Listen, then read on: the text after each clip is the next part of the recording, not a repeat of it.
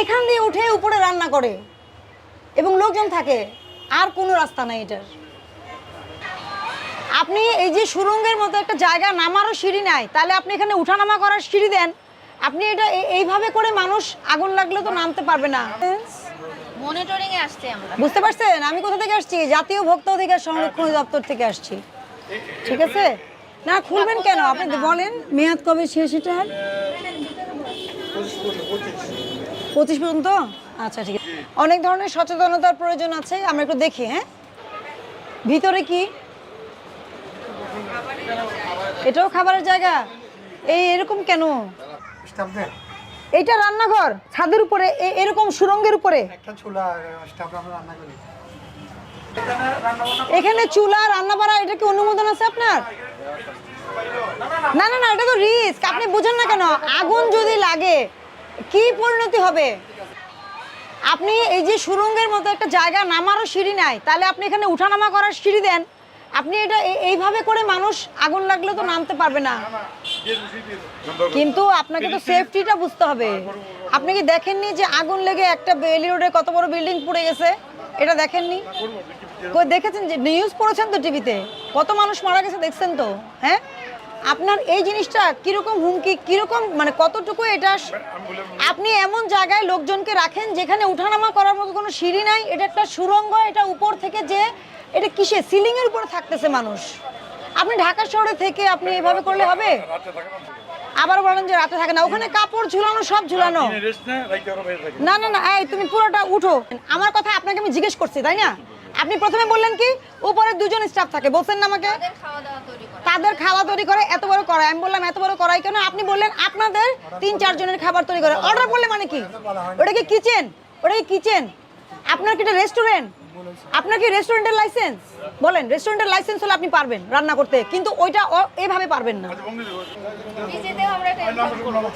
হ্যাঁ, হসপিটালের সামনে আপনাদের বেশি সচেতন হওয়া প্রয়োজন। হসপিটালে যারা রোগী দেখতে আসে তারা আপনার এখানে খায়, এসে ওনারাও অসুস্থ হয়ে যাবে। এটা কি জিনিস? ফ্রিজে রাখছেন কেন?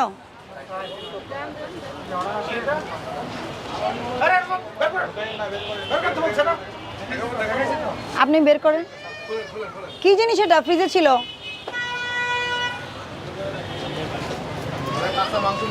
হ্যাঁ, কাঁচা মাংস ম্যারিনেট করে রাখছেন কোথায়? আপনি রান্না করেন না? আপনি যে ঝুঁকি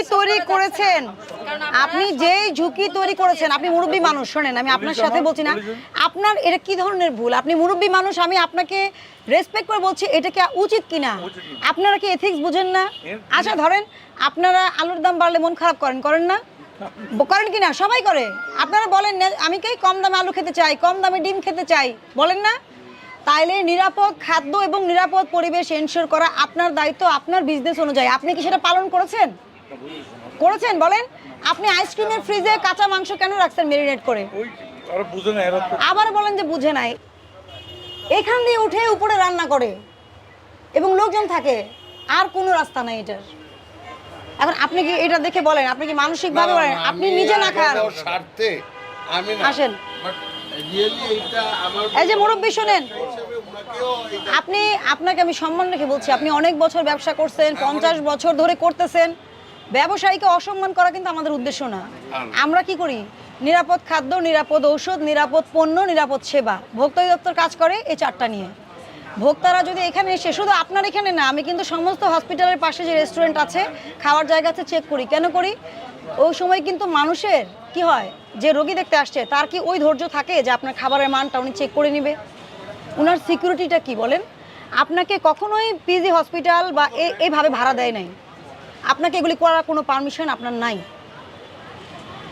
আচ্ছা, এখন কি উনি কি আপনি আমার কথা বলেন বিষয়টা উনি যেটা বলতেছে, উনি সমাজের তো কাজ করতেছে, আর আমরা সমাজেরই একটা মানুষ। ওনার বিষয়টা উনি এখতিয়ারে আনছে এবং এটা কোনো ভুল উনি ধরেন নাই, হ্যাঁ, বা ভুল কাজ করেন। এটা কথা ঠিকই, একটা যদি কোনো কিছু অ্যাক্সিডেন্ট হয়ে যায়, একটা মানুষের জীবনের দামের চেয়ে বেলি রোডে একটা দোকান থেকে পুরোটা বিল্ডিং, কতগুলো জীবন লস হয়েছে। হ্যাঁ, তাহলে এই কাজগুলো কেন করবেন? যে আপনি এটা বন্ধ করে আপনি এখনই নামাবেন। দৈনিক আমি দিনের খবর তো আমি বুঝি, আপনাদের সামনে নামাবেন। 7 দিন না, প্লিজ এটা না, এক এখনই মুহূর্ত নামাবে। রিস্ক এক কিন্তু মুহূর্ত আমি রিস্ক বলতেছি জায়গাটা ওনাকে ফিল আপ করে দিতে হবে উপরে আমি আপনাকে বলি শুনেন আমি আপনাকে বলি আচ্ছা আমি বলি উপরে কোনো আগুন রাখা যাবে না। হ্যাঁ সোজা আর কথা মানে সেটাই। ওখানে এখন দাঁড়ান। না এখন শুনেন বিষয়টা তৈরি করতে পারবেন না এটা আচ্ছা এখন আপনি পরে ওনার সাথে আচ্ছা, কাউন্সিলিং আরেকটা, করেন জি। আমি যেটা বলার এই দাও লিফলেট দাও আপনি সরকারের কাছে প্রতিশ্রুতিবদ্ধ আপনি কনফেকশনারি লাইসেন্স নিয়েছেন আপনি কখনোই রেস্টুরেন্ট চালাতে পারবেন না আপনি রেস্টুরেন্ট চালাতে চাইলে রেস্টুরেন্টের লাইসেন্স নিয়ে করেন আমাদের তো কোনো সমস্যা নাই কিন্তু সেটা কি রেস্টুরেন্টের আইন মেনে নিরাপদ খাদ্য আইন মেনে করতে হবে ওনার ওখানে লেখা থাকবে লাইসেন্সে যে উনি কি চালাবে এটা কিন্তু লাইসেন্সে লেখা থাকে এটা কিন্তু আমরা বলি না সিটি কর্পোরেশন বলে দেয় ওনাকে আমরা তো কোনো লাইসেন্সিং অথরিটি না আচ্ছা আচ্ছা ওটা আমার কথা বোঝেন ওখানে আপনি এগুলো কিচ্ছুই রাখতে পারবেন না ঠিক আছে আপনার এখানে যে খাবার দাবার আছে এগুলোর কোনো কাগজপত্র আপনি দেখাতে পারেননি এগুলো আজকের না কালকের না কি পরিস্থিতি এগুলোর পেরেছেন আছে এখানে 17টা পেস্ট্রি আপনার এখানে 12টা পেস্ট্রির কথা বলা আছে আপনি আজকে আনছেন তাহলে আগের গুলো কবে আপনি কি আইডেন্টিফাই করে বলতে পারবেন এই যে এটা আজকের ওটা কালকের পারবেন না তো সচেতনতা নিরাপদ খাদ্য নিশ্চিত করার জন্য এগুলো জানতে হবে আপনি তো 50 বছর বিজনেস করছেন তাহলে কেন জানবেন না এটা বলেন নিরাপদ খাদ্য অ্যাপ্লাই করছি না আমরা ভোক্তা অধিকার আইন অ্যাপ্লাই করছি যেটা আপনার জন্য শিক্ষণীয় হইতে হবে যদি না হয় ওনারা আসছে ওনারা দেখলো আপনার কি পরিস্থিতি ঠিক আছে আর এগুলো আমি আমার গাড়িটা এখানে রাখা আছে আমি গাড়ি এখান দিয়ে অভিযান শেষ করে যাওয়ার সময় দেখবো যে উপরে কিছু নাই না ঠিক আছে এটা আমি বিবেচনা করলাম ঠিক আছে